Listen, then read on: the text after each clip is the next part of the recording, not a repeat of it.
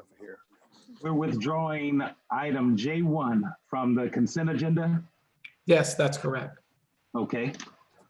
All right. And did the mayor hear that? And is he now in place and position to take over? I don't see him now. He disappeared. Is it removed completely or removed and being moved to another section? No, I'm asking to withdraw it, and if appropriate, we'll resubmit it at a later date. Okay, thank you. Okay. All right. Well, then our meeting is officially opened, and we will turn this study session over to our city manager, Mr. Rhodes. Mayor Pro Tem Smotherson and council members, tonight I've asked Trivers to provide you with a very high-level discussion of the space needs study, focusing primarily on if you intend to renovate the annex option number 2, which is the option that I would recommend. But most importantly, what I hope to achieve is authorization from you to seek a contract with a financial consultant that can assist us in identifying what our debt capacity is, especially within this COVID environment. So I will turn things over to Amanda. You're muted. Thank you. There you go. First step. Hi, thank you very much. And thanks for the time today and for having us again. I'm also joined here with Bob Schwartz with HOK, who represents the majority of the planning for the police portion of this program. But as we all know, this program is for all of the facilities inside of the city's stock. So I'm going to go ahead and share my screen.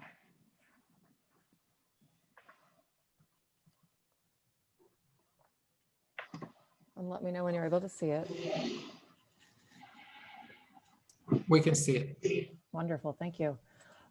So yes, as you noted, tonight we have already presented a couple of options, both for the police facility and for the balance of the facilities, and those were presented in 2 separate sessions. Tonight we are presenting a combined version of those. There's no changes from the previous. It's just we're able to kind of see it in totality as these parts and pieces work all together. And so because you have seen it before, I'm going to go pretty quickly so that we can kind of move into a bigger discussion. But if I am going too quickly, or if you have any questions or at all, please don't hesitate to interrupt. So as a review, option 2 was the option that looked at testing for ideal workplace distribution, moving as few departments as possible. It also sought to separate the police and the municipal courts programs from one another. It recommends areas for improvements and upgrades, and it revitalizes historically significant buildings. High level here with the with the available buildings totals, we know that in your existing facilities, you have an existing building stock of about 110,000 square feet. What we also learned when we did the programming for all the facilities, you have a program need for about 101,000 square feet. So there's actually more space across all facilities than what's needed. I think the other high level thing to point out here too, as we're kind of go back to about 30,000 feet on this, is to point out that, when we look at each of these departments, most of them are, between maybe 5,000 to 10,000 square feet, relatively small footprints per department. If we look at even the facilities, the city hall, being a large facility, the annex being the largest, and each of those other facilities being somewhere between maybe 5,000 and 10,000 square feet. The largest program in the entire study is represented by the police and courts program, which altogether is about 40,000 square feet. And so just high level for everyone to know when we went through this exercise, and I don't know if we made it explicit before since we presented these programs a little bit separately, is to point out that these largest programs are really best fit inside of the largest available building stock. So that does represent the Annex and Trinity buildings at this time. So from there, we've talked about kind of the adjacencies and things before and what kind of wants to be kind of public facing. The overview for option 2, though, really shows all of the program across both, we're calling them kind of both campuses, right? The historic district campus is the City Hall campus, and then the Heman Park campus being these various other facilities and supports.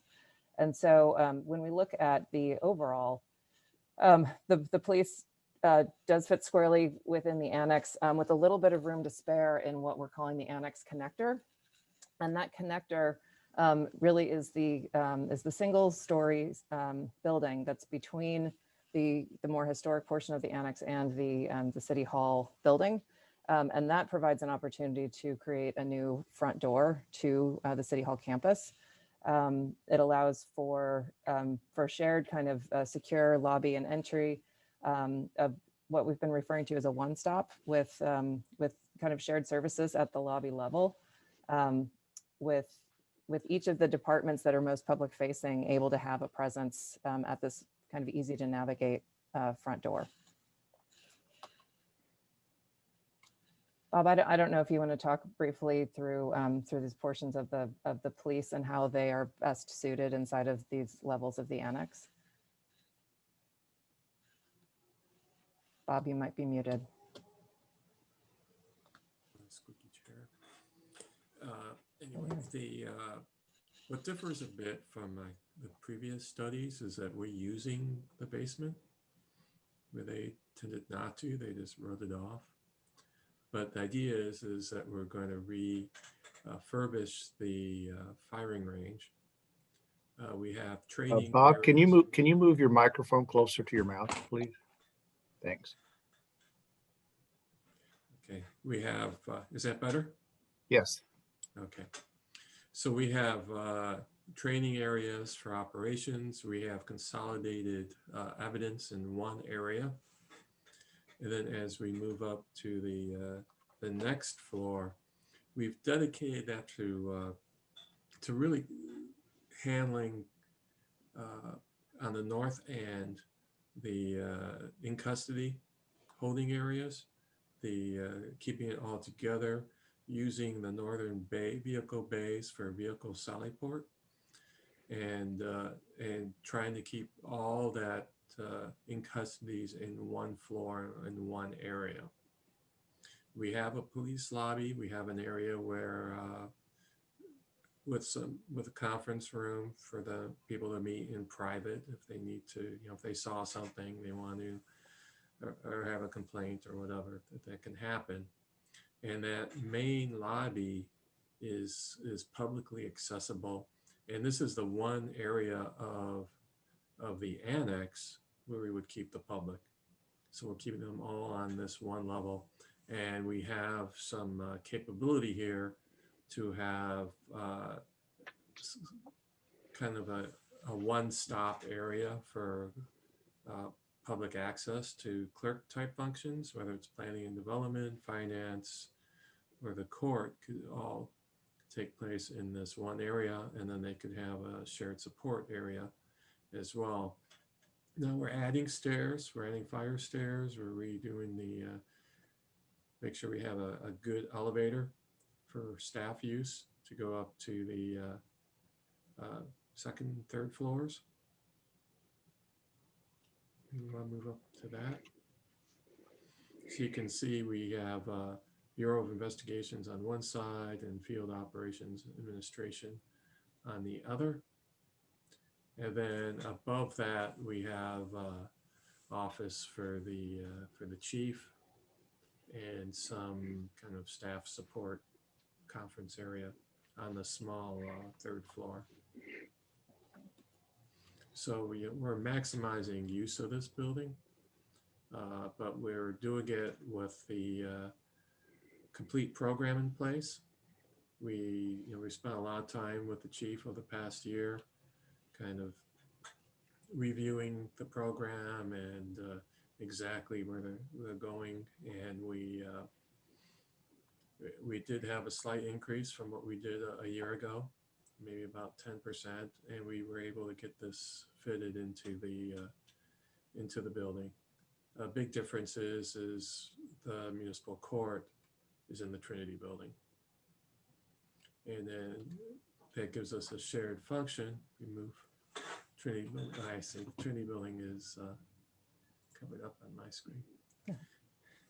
So you can see the using that grand space on the top floor of the Trinity building for both municipal courts and for city council. And we have an anteroom for councilmen to meet separately. And we have another conference room like for, say for the courts where the attorneys can meet to discuss cases before going into the court before the judge. Let's go back down and I'll discuss the Trinity. Sorry, So you- went backwards. You're good. Excuse me. It just didn't appear on mine because it was covered up by all the participants. Okay. But you see, we're using it for the courts, the court support functions. And then the rest of it is more kind of storage so far in our plans for much of the storage that takes place under the lowered floor in the existing annex building. You know, bicycles, things like that, that can have access off that south door of the Trinity building. So that's a big difference from the previous study. Mhm.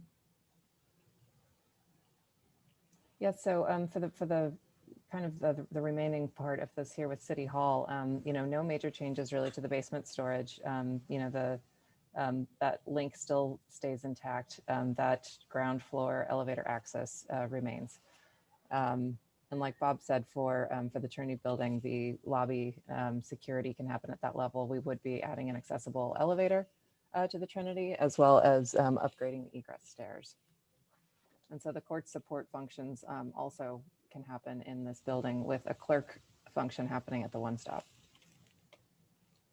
And then on the second level, you know, the kind of beautiful grand City Hall first level, kind of minimal changes there as well, with the offices pretty much remaining with their footprints. We were able to, when we put a few clerks on at that one stop, we're able to free up a little bit of space on that first floor for a legal suite, which is something that doesn't really exist right now at City Hall. And again, as Bob was saying, that, you know, kind of beautiful old reading room of the Trinity can now be used for the council chambers, as well as municipal courts. Those are shared programs. They don't overlap on meeting times.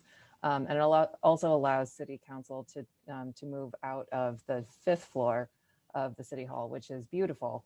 But it poses some access issues with the single elevator. It's pretty high up, and we've talked about just some public safety concerns about it being so isolated. As we move up to the 2nd floor, similar story with most of the departments staying in place. Because we are moving some conferencing into that shared connector space, it does free up some space for us to do some ADA restroom upgrades within that kind of plumbing core.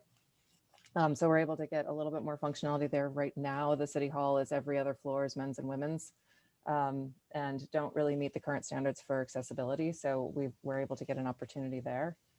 As we look at the remaining floors of City Hall, right now, keeping Public Works and Planning and Development in their respective areas.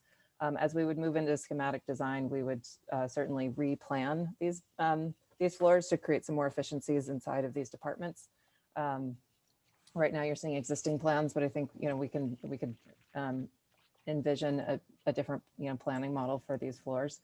And then, as I said, the 5th floor becomes open, and it's, you know, it's a bit TBD what's needed, but it is a good expression of that high level note that I had about, you know, we've got about 110,000 square feet of space and only about 101,000 in need.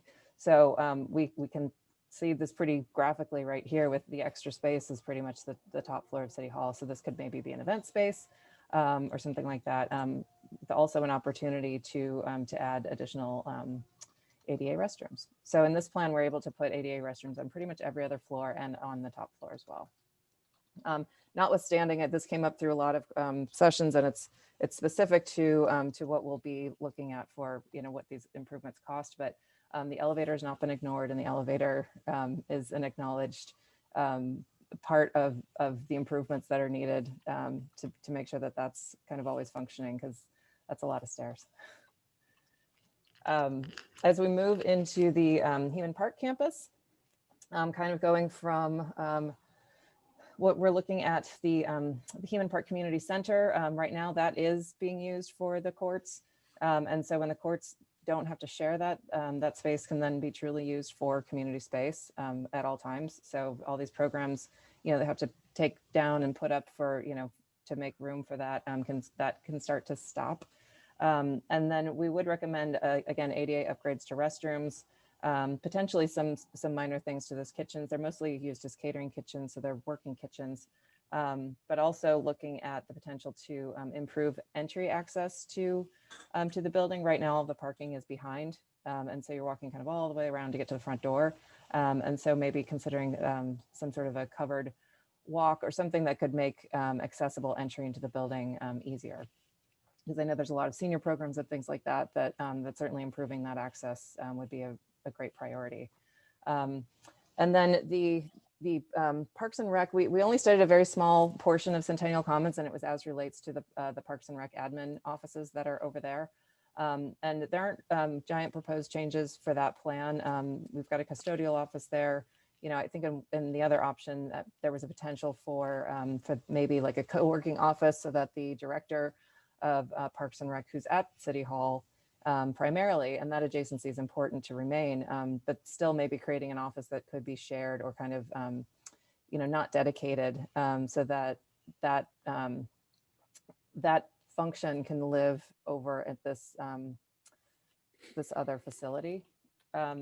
And then as we look at the Public Works Yard, again, not big program changes, but we did identify the need for updated shower and toilet facilities to meet accessibility. And I think, you know, any upgrades for accessibility would be the recommendation for those. On the other option, there was talk as well about potentially moving the salt storage out of the sign shop, which that's just an adjacency that's not great. And so we have the opportunity to explore moving that out of that space.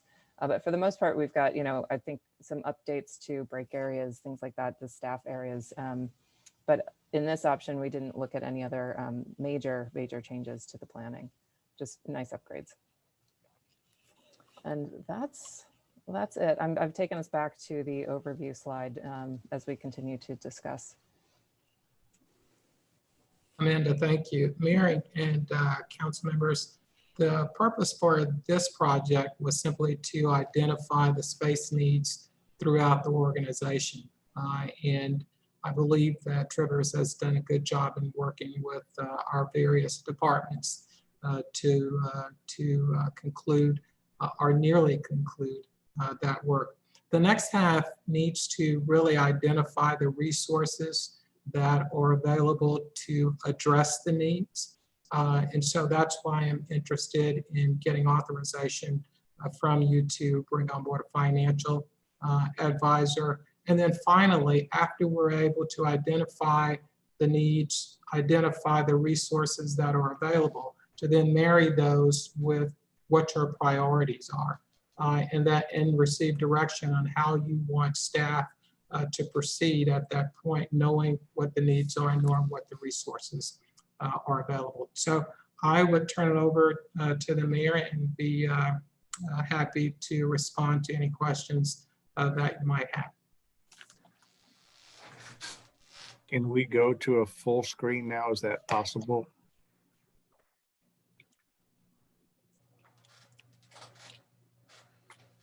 You just took me away. Hello? Yes. You're still Here, there. can you?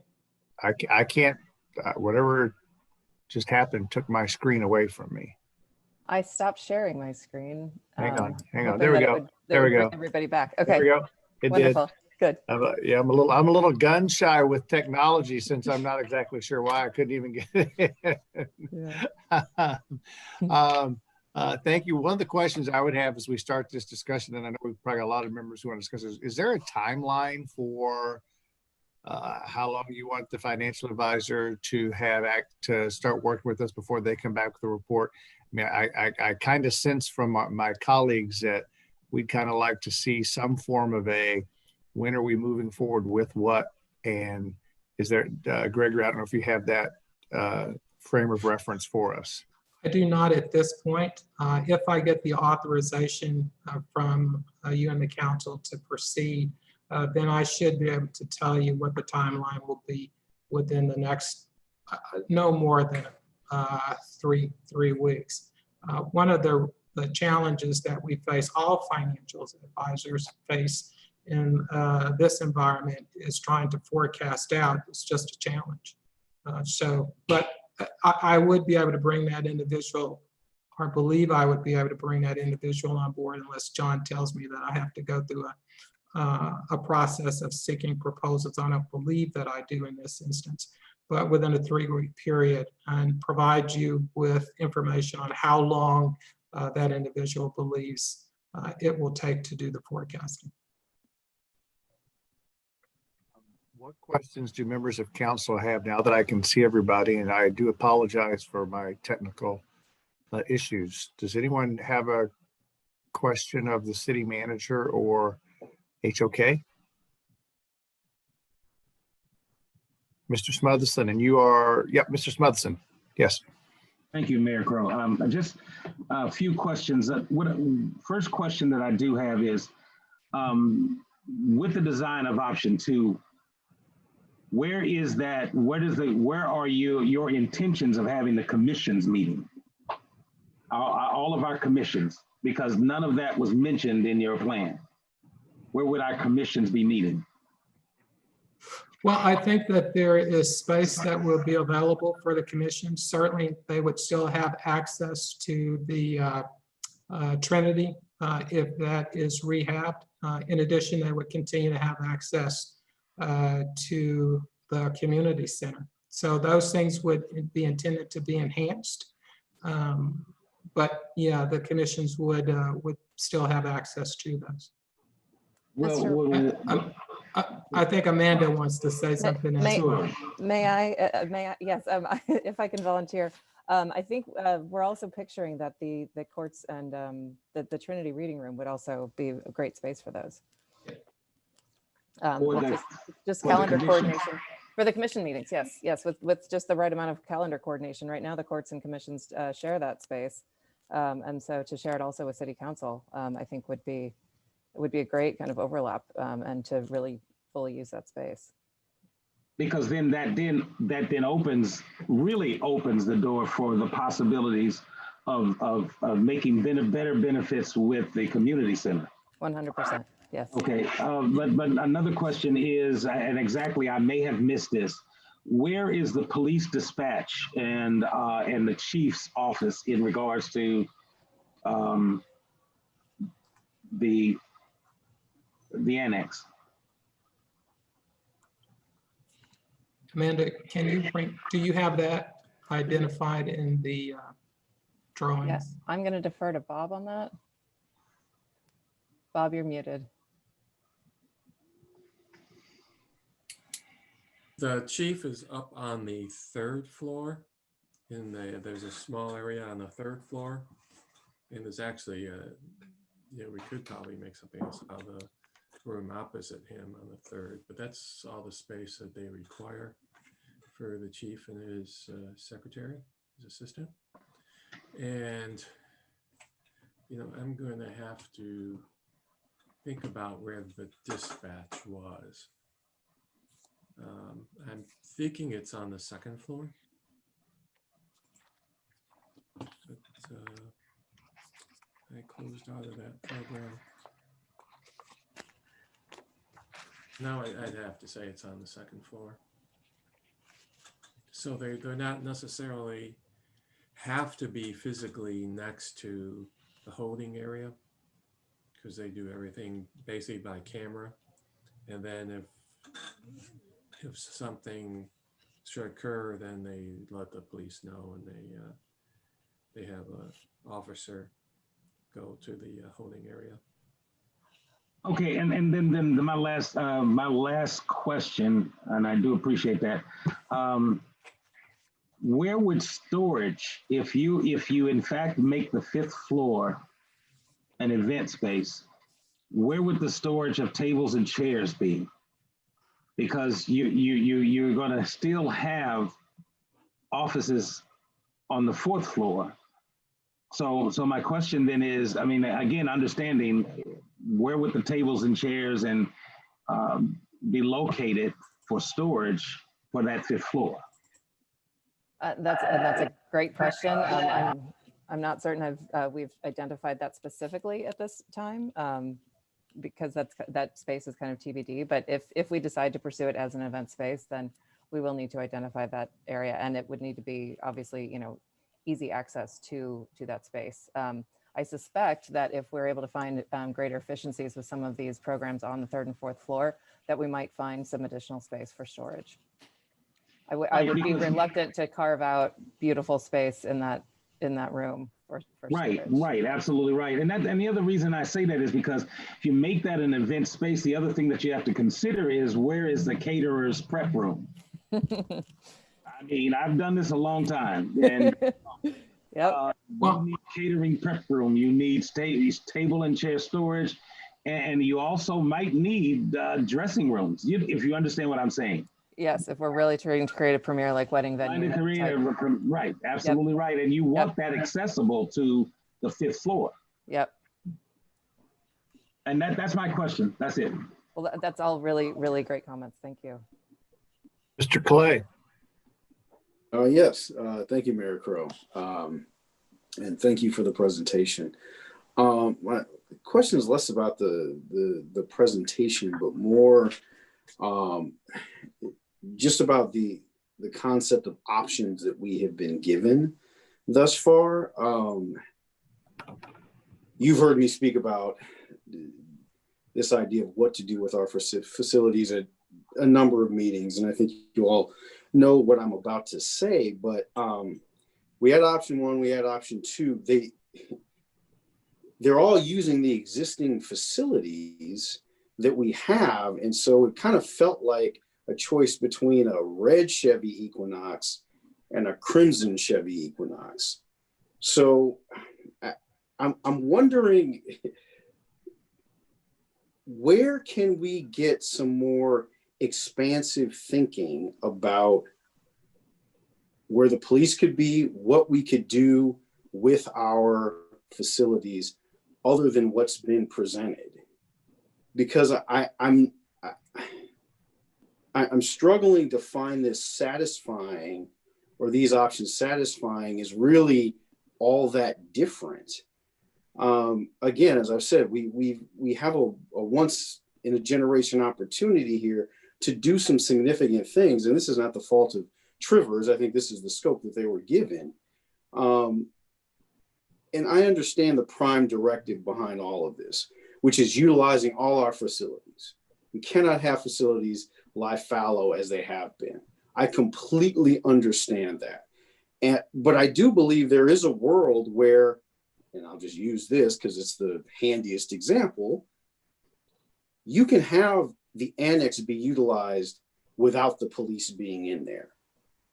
I think it takes some thinking to see how that would work, but I think it is possible. And so when does that happen?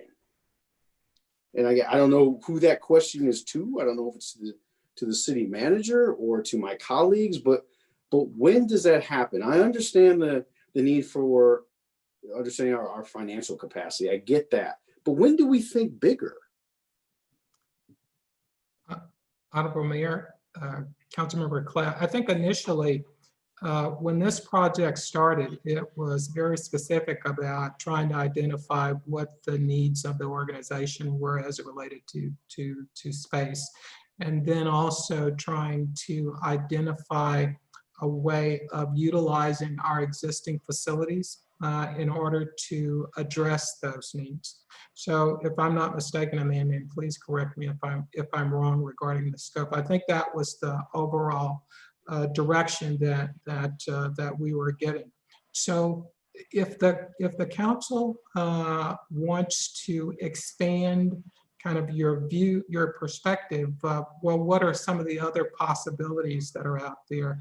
That would be a different scope that we would need to present and have that issue addressed as well. What I'm saying is not that whether at this point you should or should not do that. I'm not making a recommendation on that issue.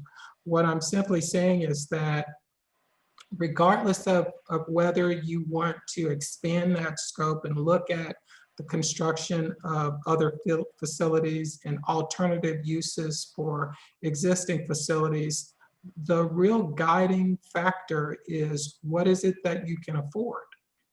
And so until we have an answer to that, I'm not so sure that I could make you a sound recommendation on how I think you as a council should proceed.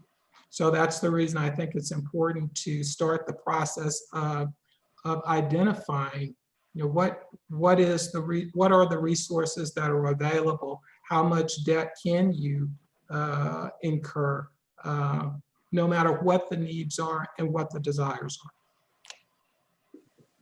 I mean, it almost seems like that, from a process perspective, that should have been the first thing we did then, is the financial viability. Now, I realize that when we began this journey, we were in a different space, but, and that's understood, but again, you could have started with that. It could have been updated to reflect the COVID situation that we're currently in and the potential impact on the economy. So yes, I understand the need for the financial due diligence, of course, but it seems like that should have happened. So let me try to understand what you're saying. Is that, in your view, we could go forward with, again, the financial work that we need to do needs to happen anyway, and there would still be an opportunity to do a more expansive look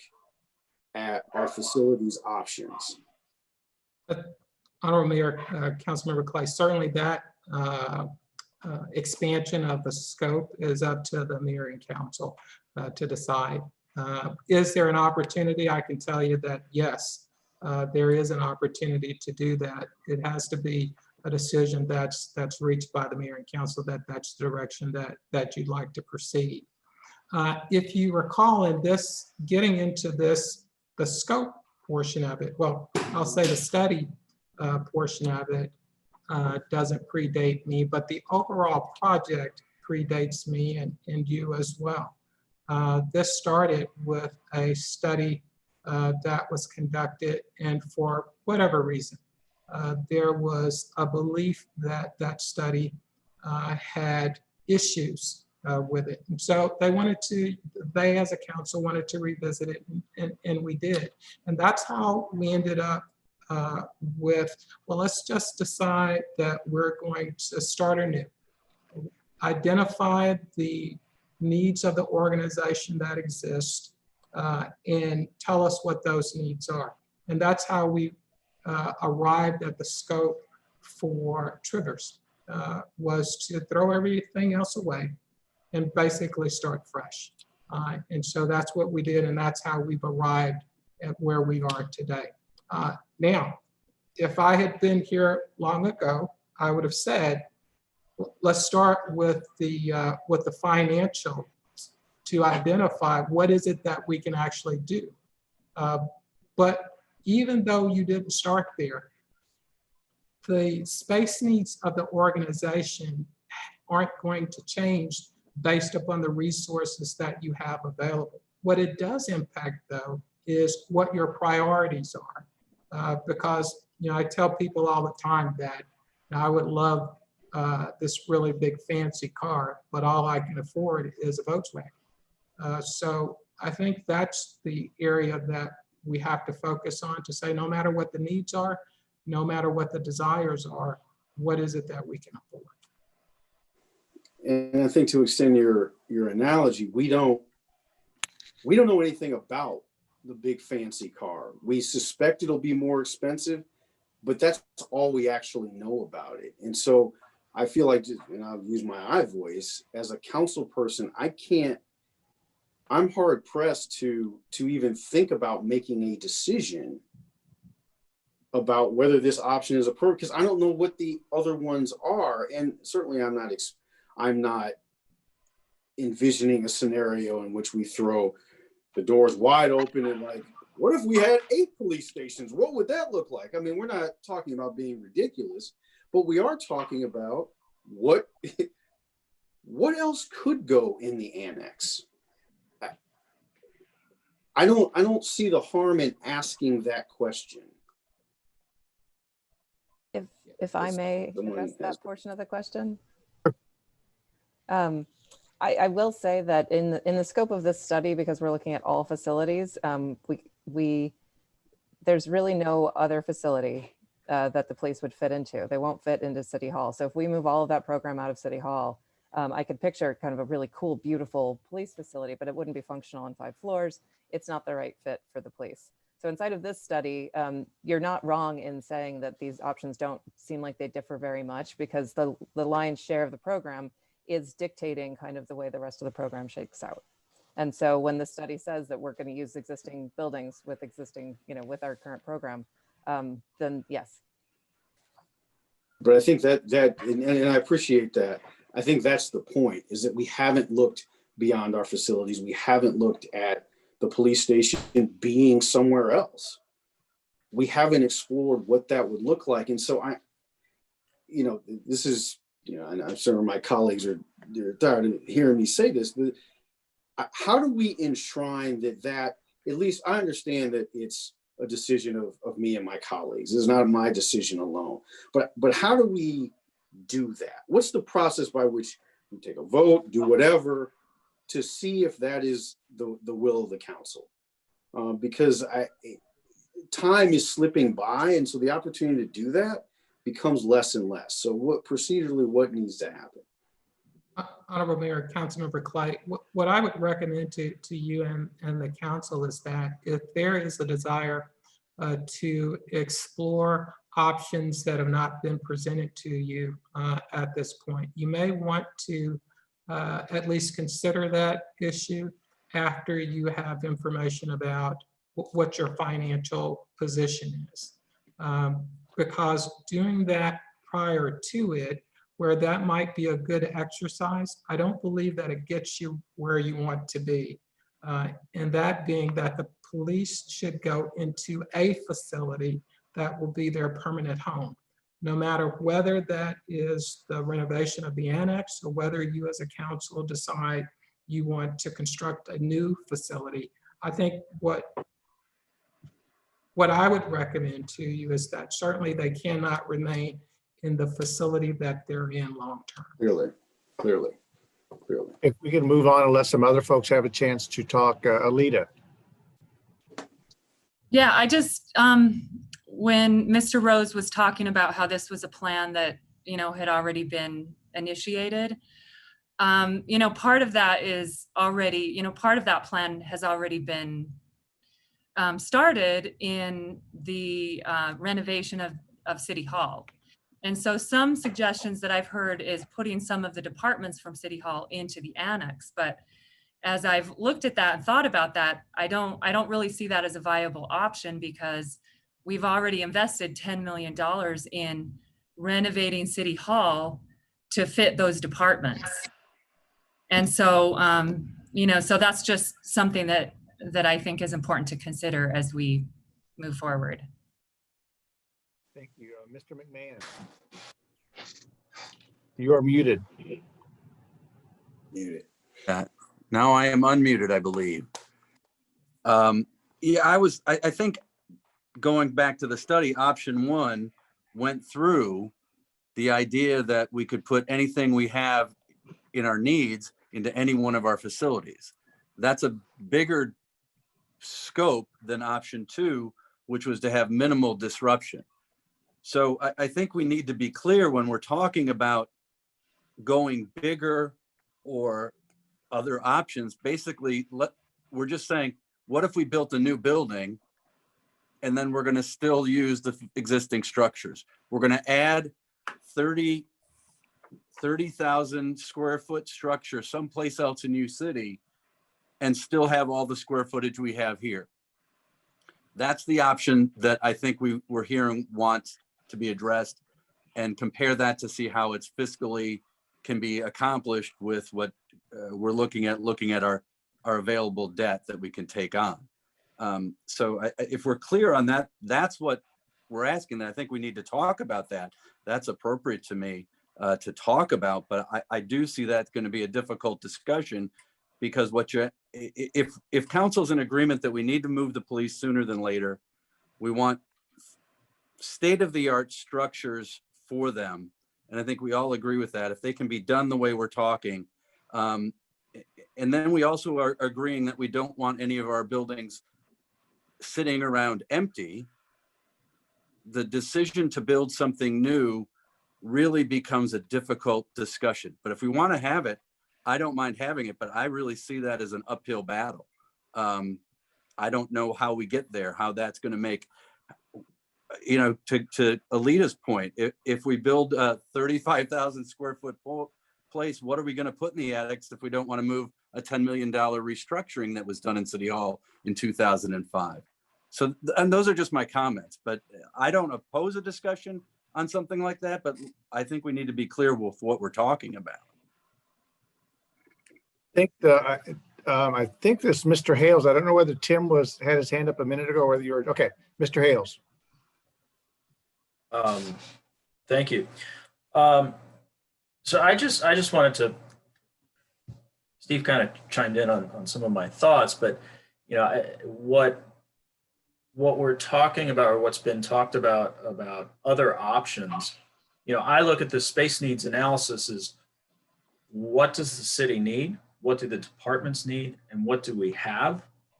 And what this study has shown is that we actually have a significant net gain in space. I mean, when you look back at what the police department used to have just a portion of that building, and it is all theirs, plus portions of the Trinity building, when they used to share it with the fire department. It's sort of, to me, it's almost a question of, how do we find ways to,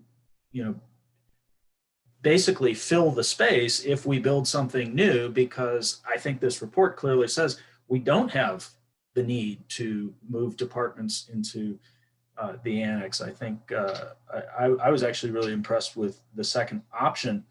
And, also it's sort of like, if you have a house and you have one side of your house that the roof is failing and it's falling apart, do you build an addition and move your kids that were in that side of the house into the addition and then find a way to utilize the new space? Or do you take care of what you have and then look at expanding? And I think given, as long as I've been paying attention, going back, 10 years now, to what's been going on at City Hall and with the city, I've consistently heard people say, the old library, when is something going to happen? When is something going to happen?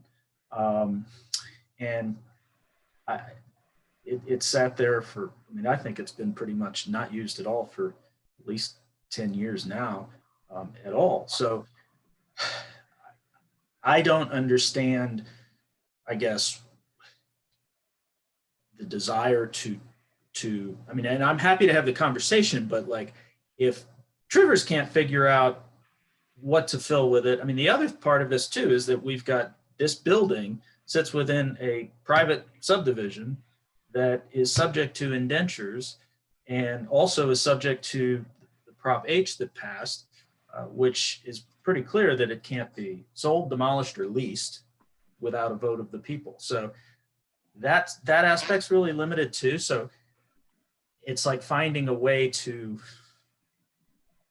achieve something that I don't know why we need new space when we have more than enough space for our needs now.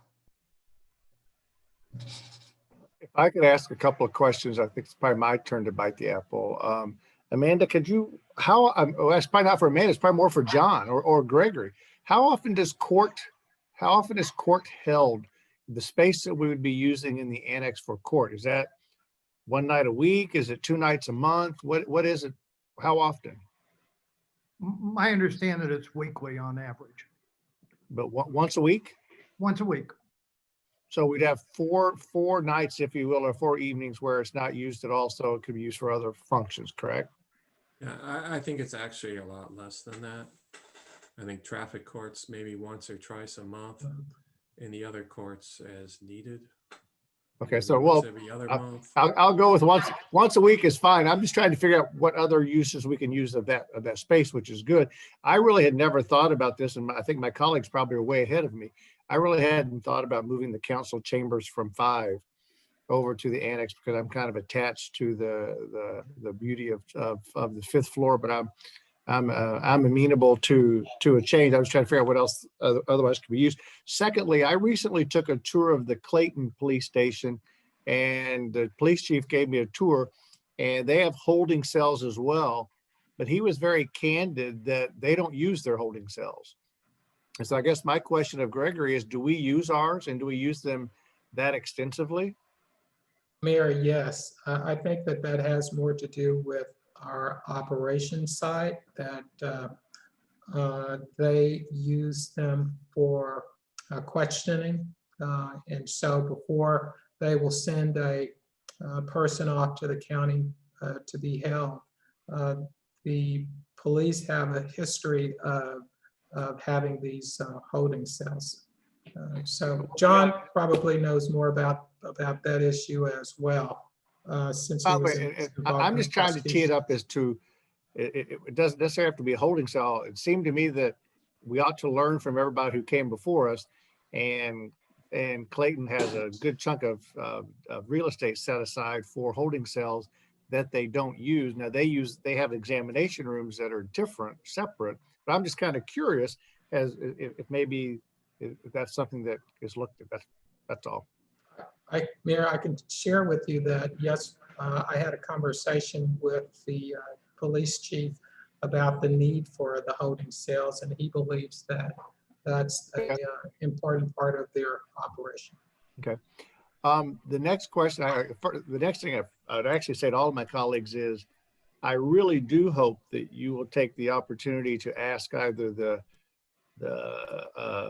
mayor, the city manager, or police chief of Clayton to go through and look at where they converted a office building that had a penthouse apartment on the top of it that was used by a wealthy family in Clayton, and they converted the entire building to their police station.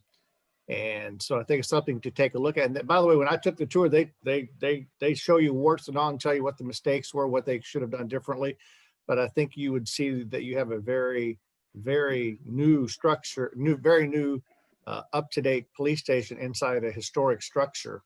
The other thing is, I guess I'm going to just push back a little bit. I'm not sure that I'm excited about having more event space right now, since there's not too many events going on, but hopefully that will open up and there'll be tons of events. But us having more space for more events is kind of challenging, but I realize that that would be a limited, hopefully period of time. The last 2 things I want to say is that I think we have to be cautious as we move forward through this, because I think it is clear that we are not in a city that is increasing in population. It is decreasing and has been for some time. And I think asking for more space, for more operational functions is not necessarily something that all the voters are going to accept. And I do want to thank Mr. Clay, because I do think you get these transformational moments. I get it when you get this blank slate. I think we've got to peel back from that blank slate, though, in that there's got to be a need. There has to be a need still for that space. And that's the part that worries me here, is I'm not sure that I see that need. And I think that the administration deserves credit for bringing us back from some of the concerns that many of our citizens have expressed in the past, and when bond issues have failed. I do think that we've got to be careful here. I think we need to be financially prudent as we go forward. And I get where it'd been nice to have had the clean slate. Heck, I think probably this even predates Blaine. I think it was I may have been on the council with other crew then when this thing started. So this goes back a long ways. I do think we need to know what our capacity is. If any of you have tried to get a bank loan lately, I will tell you that bank loans now have what's called a COVID rider to them. Because if you're in an industry that's impacted by COVID, which the city clearly is by our tax revenues, I think that's going to impact our financial and our bonding authority, if you will, for how much we could get in debt. So everybody, we kind of have to be a little bit more cautious, because I think our taxpayers are going to be cautious as well. And I think as I just pontificated for a moment, I think Dwayne had a question or a comment. Yes, sir. Thank you, Mayor Crowe. I'm going to try to do this and make sure I get everything covered. But the first thing I'll start with is the most recent thing. Mayor, you stated that the Clayton building, the Clayton police station, and they moved into a building that was, they moved into and renovated this building. But my question to you is, isn't that building that they moved into bigger than their original police station? Honestly, don't know the answer. Don't know. I'm pretty sure it is. Yes, I think so. Well, I think the total building is bigger. The total building is bigger. They've got 2 floors at the top that are vacant that they'd like to lease out to someone else. Yeah. Right, and then the other part of that is that the point is it's not the same building. They did not renovate the same building, so it's not really relevant to what we're trying to do. They moved into a bigger building and not the same. So, but I get that, Wayne. But why does it matter if you're moving into the same building or not? It's, can you put a new infrastructure inside of an old building? I mean, whether it's the I'm going to ask that. I'm going to address that too, also. But also wanted to say to you, sir, because of my background, U-City doesn't have an event space. If you want to call the community center an event space, that's fine. Believe me, that's well below standard. U-City does not have an event space. I've never played an event in University City, and I've played everywhere in this entire city. But U-City has 0. So, okay. The other point that was made is that, and I think Councilmember Hale said this about what Trevor's was given, or what Trevor's is giving it. But what I wanted to say to something that he said is that Trevor's wasn't asked to give us the possibilities. They were limited in what they were asked to do. Trevor's wasn't asked to give us the possibilities. So, and I'm hoping that makes sense if you remember what Councilmember Hale said. So, and I think this goes along with the Councilmember Clay, in that we still don't know. We don't know. Now, the one thing that I want to say to everybody is that what I think is strange is that the Trinity building and the annex have been sitting vacant for years. There's only one issue that we have that has a timeline.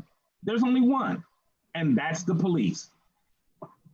I don't know why we are making the police the pawns of this whole issue when that's a separate issue, the police. And then I do understand the mayor stating that we need to be financially prudent. I'm not asking us to be outrageous or want to build 1,000 buildings. I'm simply saying we can be. Take it one step at a time. One step at a time. The issue that has a time clock to it right now, and it isn't the Trinity building and it isn't the annex, is the police. And we need to move our police. If we can't afford to do everything, then let's do one thing. And that one thing, because the Trinity building and annex aren't going anywhere. They're simply not going anywhere. And so let's make that the next step. So let me say this, because there's a lot I do want to say real quick. I wanted to address Ms. Alita's $10 million back in 2006. Understand that was 14 years ago. And you may not remember this, but not long ago, that 14 million, that 10 million did nothing. It didn't make the building a state-of-the-art business building for University City and the City Hall building. Literally, we were working in a building that had holes in the walls, that had leakage in the roof. I mean, so whatever happened 14 years ago doesn't apply to what's happening to that building and its impact and effect on those offices right now. It's just past the time frame. The elevator has literally broken down several times since that renovation in 2006, and I'm witness to it because I was stuck in it for 20 minutes before a council meeting. Okay, the other thing that I want to say is, and this will be my last statement. Again, understand, we only have to do one thing right now. That's all we have to do is one thing. And we can be financially prudent with that one thing that has the timeline, and that's the police. And the police should not be the pawn of answering all of our questions or solving all of our problems. Last thing that I will say is this. One of the things that was not mentioned is back in 2016, and our mayor at the time, who was first ward councilman, in 2016, what we are forgetting is that the council at that time voted to build a new police station. So we are not working with a blank slate. They voted 5-2 to build a new police station on March 28th, 2016.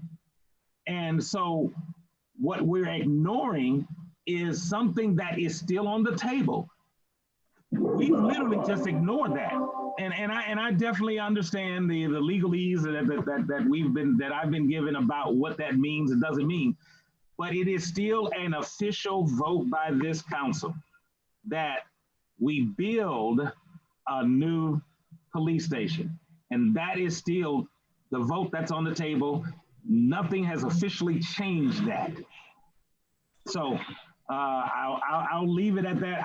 I just really wish that we would understand that we need to leave the past in the past and look forward. There are things that are happening around us. Civic Plaza, and I've said this before, is changing. As it has changed. Civic Plaza is not what it was 40 years ago. Civic Plaza is not even what it was 5 years ago. So what we need to think about is the future and where that future takes us and what that means. I will say one last thing. What we need to think about is the ancillary responsibilities that the police provide. Do we want to put the police in the middle of a hotel that's coming, a business plaza that's evolving, and tourists and guests that are in that plaza, and not only that, but white collar workers? Because see, with experience, and none of you may have this situation, but there are legal things that happen around a police station that should not be part of the business that is going on in that plaza. It just should not be a mixture of that. I'm witness to one of those things, and that is my wife's daughter legally has to exchange the kids, guess where? At the police station. That's a domestic issue. There shouldn't be that mix and that blend of things in Civic Plaza, which is changing away from having the police in Civic Plaza. So thank you all. I'm not sure who had their hand up. I think Mr. Hales does. Before Mr. Hales goes, real quickly, Mr. Kuzik, do you want to bite of this apple, or can I go on to Mr. Hales? Mr. Hales. Mr. Hales. Thank you. So there are a couple of things I'd like to respond to my colleague, Mr. Smotherson. With regard to leaving the past in the past, if we left the past in the past, we would still have outsourced ambulance. That was a very clear vote that was taken, and that vote was decisively overturned unanimously by the next council. So policies change over time. But we haven't changed that. Okay, no, go ahead. I'm sorry. That was a policy that was decided by a previous administration, and it was changed by this council and this administration. And I think the vast majority of people in our community are incredibly thankful that that decision and that policy change was made. And I will just say that when we're talking about 2016 and the decision that was made, where are the folks that made that decision now? I think that says something. When we had council chambers filled with people saying this goose was cooked before it came in the room about the report, that was a problem. And then finally, I do feel that I want to address I don't think that this council, this city manager, this administration, no one at the city is making our police department the pawns here. And this was well before my time on the council. But if you want to talk about making the police departments the pawns, I would say it was not during this administration, this city manager, and this city attorney. It came before us when our administration was pushing for a new police station and then going to court at the same time to keep our police department in the station that had been condemned. Like we have been working in a very measured way. The city manager has been working through this. This is a process. And I think that comment is really unfair to everyone on the Zoom call, frankly. Like, this is about getting this right, about doing all of the analysis. And I appreciate the desire to look at other options. But my question is, when we have all of this space that we already have, and we have a set amount of space, and we can have this discussion later too, but we have a set amount of space that we need, and we have a net increase in the space that we have that we aren't utilizing. That's a massive amount of space. Why would we seek to create more cost, more infrastructure, more responsibility, and more long-term maintenance and cost and expense without really the need has not been demonstrated? I think if Trivers came here and said, look, community development needs to be 110% bigger. Public works, they need 75% more space. That has not been articulated here. And that is what this study to me is about, that we don't have a need as a city. And if we can get creative, but we can't lease it, we can't sell it, we can't demolish it, we own it. And frankly, it wasn't taken care of. And it wasn't taken care of on this administration's watch. It was not taken care of for many, many years. It wasn't condemned on our watch, wasn't condemned on Gregory's watch. It was condemned in 2015 or 2016.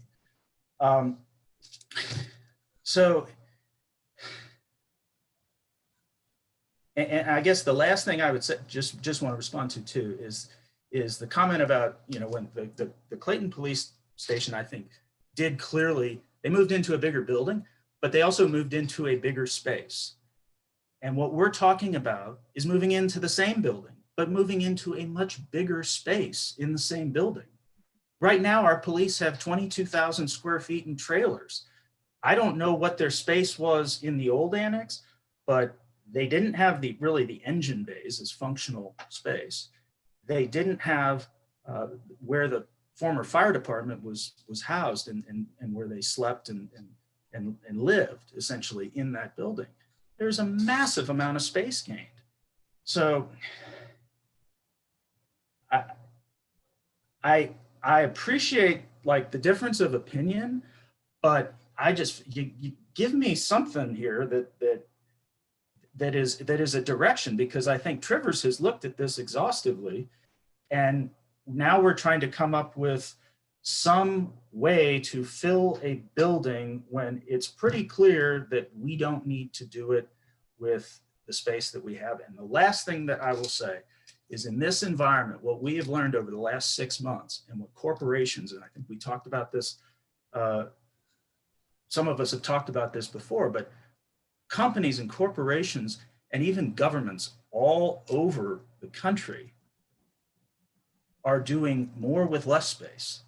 Right now, they're looking to get rid of buildings, have more employees work from home, try to get the same level of work out of people working remotely as they do in an office, to save that cost and that expense. And that's the environment that I think we live in. I think commercially, we're going to see that going forward for a very long time. And I think to what the mayor said, I think that is one of the things that is on people's minds right now, as people are not going back to work, not going back to the office, working from home. And I think a number of our families are experiencing that right now. So, Real quickly, I think Mr. Clay wants to speak and Mr. McMahon wants to speak. Now I know I have a couple of things real quick. So everybody just be cognizant of what time it is, and we have a 6:30. So just be cognizant. That's all I'm asking. Mr. Clay. And I'll be quick. So this process began with a health endangering crisis at the old police station. That's how all this began. There was mold, had to get people out. Trailers were moving stuff around. I don't think there's any strategic planning or facilities firm that would say, yes, the ideal way to begin facilities planning is with a health endangering crisis. No one would suggest that, but that's what we've done. And from that, we've tried to back into a process for doing this. How a process like this should really begin is with visioning. If you look at any strategic planning consultant, they will tell you it starts with a vision, it starts with engaging the community. And what that process does is it illuminates needs and desires and possibilities that 6 or 7 people may not be aware of or may not think of. And so when we talk about, well, this is what we need, I would argue we haven't asked all the right people what we need. And I think if we had a process that allowed for that, we might find out some things that we could do differently that would really benefit the community. But we haven't asked the question. Now I realize community engagement is highly, highly challenging in this environment. But my point is, if we define needs by what we need right now and asking the same people, well, what do you need? You might not get the best answer. But if you expand the circle of who you invite into that conversation, it's amazing the possibilities that can flow from that. And if we had to do all over again, I think everyone agrees that's probably how we should have started.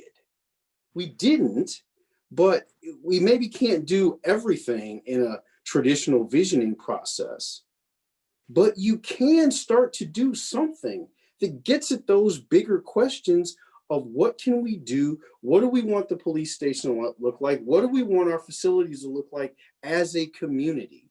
And then you have a true sense of what the needs are and what the desires are of the community. It's always tempered by money. It's always tempered by reality. But I think if you ask most communities, you're going to get good stuff. You're going to get some stuff you can't use, but you'll get a lot of good stuff too. And so it's unfortunate that we're here in this process and it didn't start the right way, but I do think we can recover some degree of process integrity. We can do this. I believe the next is Mr. McMahon. Thank you, Mayor. I hope I'm not on mute. I had a question if the folks are still there from Trivers and HOK. Does the annex have enough of more available space now than we would need for programming in a new building? Amanda, I believe that the question from Councilmember McMahon has to do with, is there excessive space, space, or is it? No, I'm just saying, do we have enough, the square footage that we're proposing for the police in option 2? Mm-hmm. Is that more square footage than you would need if you built a new one? I might defer to Bob on that. I know that, our program shows that the police wants about 35,000 square feet. The annex has available about 38,000 square feet. I don't believe that programmed need changes significantly if we're looking at, Bob, you correct me if I'm wrong, we wouldn't be looking at different circulation factors. That program number is relatively the same with the new facility. Relatively. I mean, renovation in a historic building probably takes a little bit more space, but that's space you have. Right. We're taking a lot of the storage out of it. You know, the bicycles and things like that that we can put elsewhere. Thank you. Because I was looking, this process really hasn't just started now. I mean, back in 1980, they were looking at renovating the annex for police facilities, and that's what they found, that they had more than enough square footage in the annex back then to cover their programming. We've had these discussions, that's going back to 1980. So to say we backed into it, I don't know about that. This isn't even since 2016, and there's other reasons why we're looking at those kind of things. But I mean, again, when we start talking about possibilities and ideas, I think really, I think it should just be clear. People are asking, let's talk about building a new one. That's what we're talking about when we say there's other possibilities. Finding a new place, new land, build 36,000 square foot new facility, parking, whatever it takes, and then keep these buildings for some other use, which we don't know, we don't have identified. But I think council all agrees that none of them should remain empty. How that would work, if there's people in the community that can come up with that idea, I'm willing to listen. But I think we need to talk about specifics about what's being asked when we keep saying, think bigger, visionary. You're asking us to consider building a new facility. That's what you're asking. And the implications that this council's lost integrity or using police as pawns, I think we're starting to slip into a direction of discussion that I never thought this council would be having. So I'll leave that there.